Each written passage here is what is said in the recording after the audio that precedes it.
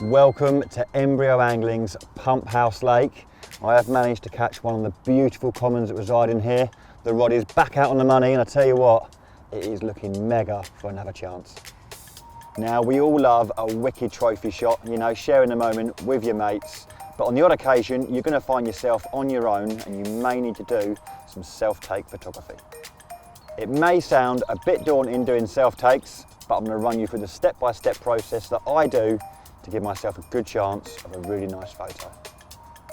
Now, it's really important to take your time now. The fish is safely in the net, he is going nowhere, and you want to make sure you've got everything to hand. So when you do bring the fish onto the mat, it's on the mat for the least amount of time and it is stress-free for you and the fish.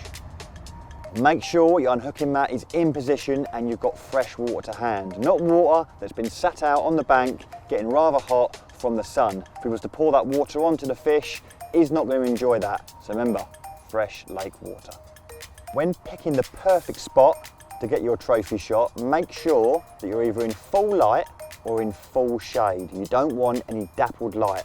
And if you are in full light, just bear in mind the shadows that your camera could potentially cast. I personally use a Canon 6D Mark II, which has a flip round screen, making it a lot easier for self-take photography.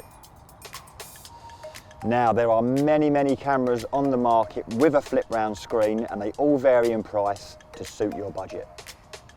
Lens wise, I'm using a 24 to 105 focal length lens. This just about covers all of my angling, but for trophy shots, I'll set it around sort of 40 to 50 mil.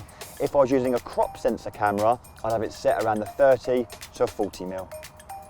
Now, I'm using a fairly cheap and cheerful extendable tripod. The main thing for me when picking a tripod was it packed away small and fits in my barra, but it does the job. Lastly, but most importantly, I've got a little gadget called an intervalometer. This little piece of kit allows me to set how many pictures I want the camera to take over a set period of time. Coupled with the right camera and settings, it will refocus my camera each shot as well. They are affordable via eBay or Amazon and can be wired or, like mine, wireless.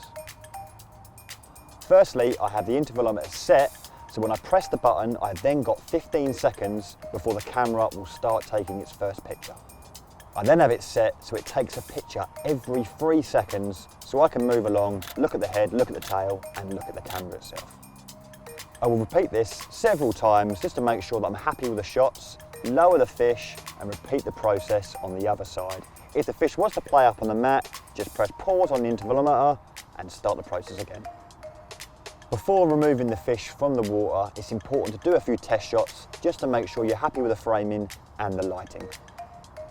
Right, the fish is safely chilling at the bottom of the net. I've already unhooked it. There's a few things we do safely to get the fish from the water here to the mat. In place, I've already got a flotation retainer sling, and I'm going to simply undo my arms to my spreader block and then real gently move the fish into the flotation sling. Come on, mate. There's no need to lift him up here. Just gently, and he'll swim in. Then we bring the arms up, checking the fins as we go. They're all nice and flat against the body. And now I can bring this fish to the mat. I'm going to remove him from the net into the retainer, give him a quick weigh, and then we can move on to the self-take photography. Before lifting the carp, make sure you give it some fresh water and then hit the play button on your intervalometer. You'll then get your 15-second window to pick up the fish and you'll hear the shots being fired by the camera every 3 seconds.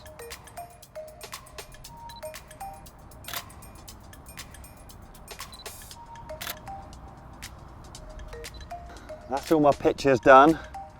Let's get this one back and I'll run you through all the settings that my camera's on.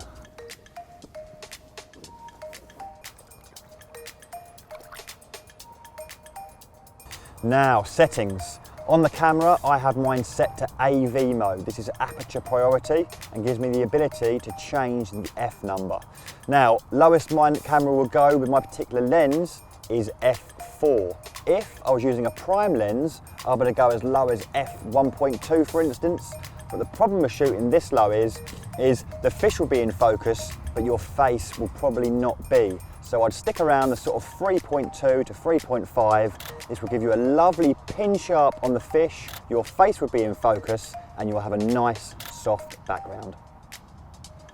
I have my camera set 2 stops underexposed, and I also shoot in RAW. That way, when I bring my photo onto my laptop in Lightroom, I can play around with the light and exposure a lot easier.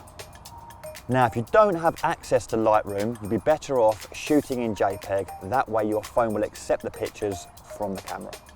For night self-take photography, everything stays pretty much the same apart from I carry an external flash. Your camera may have a pop-up flash, but it's well worth checking before purchasing.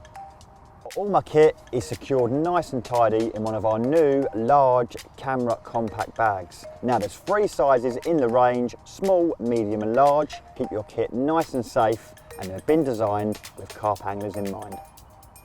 There you go, that is pretty much a crash course in self-take photography. Remember, don't stress yourself out, don't stress the fish out, make sure you've got everything to hand, you've got all the right kit, then all you've got to do is go and catch them.